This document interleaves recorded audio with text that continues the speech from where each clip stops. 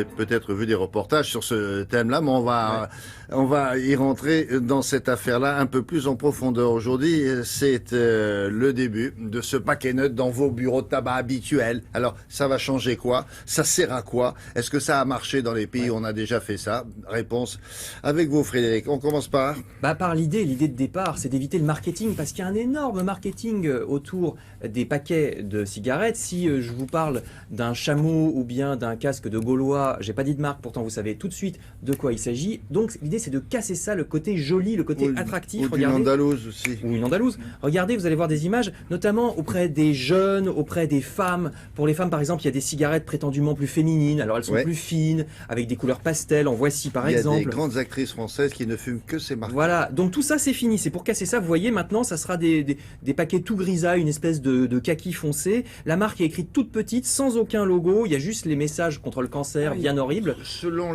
ça change d'image ou c'est un peu les images près sont aléatoires, oui. Alors donc il y a encore des stocks à écouler, donc vous verrez encore un petit peu les anciens paquets, mais les nouveaux commencent à arriver. Alors au passage, les buralistes doivent bien mettre leurs lunettes parce que pour pas se tromper, parce que c'est vraiment écrit en tout petit. D'ailleurs. Alors, mais finalement, c'est quand même dans la droite ligne de ce qu'on connaît depuis une vingtaine d'années. Rappelez-vous, jusqu'à la loi Evin en 91, on avait le droit de mettre des affiches. Il y avait des affiches 4x3 dans la rue pour les cigarettes. Ça aussi, ça a été supprimé. Donc tout ça, c'est la même idée, c'est pour retirer ce côté glamour, ce côté attractif de la cigarette. Alors est-ce que ça marche? Bon, il y a évidemment beaucoup d'avis là-dessus sur la question, parce que c'est un sujet très conflictuel, mais il y a un pays qui l'a fait. Vous voyez l'Australie. Alors en Australie, il n'y a pas que ça, hein. Ça coûte très cher le tabac en Australie. 15 € le paquet, ça sera même bientôt 25.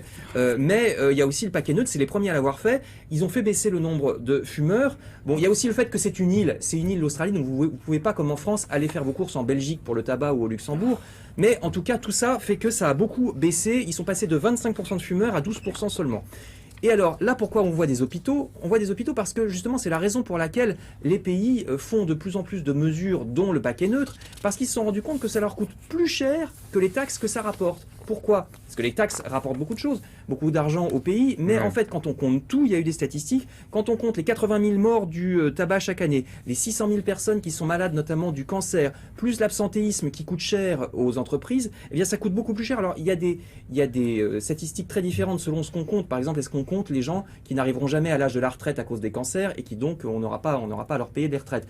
Donc, selon ce qu'on compte, le coût pour la société française est de 15 milliards à 100 milliards chaque année. Donc ça explique qu'il y ait des mesures de plus en plus dures contre le tabac, dont le paquet neutre. Alors on est les deuxièmes à le faire après l'Australie. Pour une fois, la France est assez précurseuse. Mais sachez que la Hongrie va s'y mettre au paquet neutre, de même que l'Irlande, la Grande-Bretagne et peut-être même bientôt le Canada. Voilà. Est-ce qu'on sait quel est le pays au monde où on fume le plus? Je me suis souvent posé la question, ça. Quel est le pays où il y a le plus grand nombre de fumeurs en proportion, hein, vous voyez D'expérience, le Moyen-Orient en fume pas mal. Mais les femmes ne fument pas. Alors...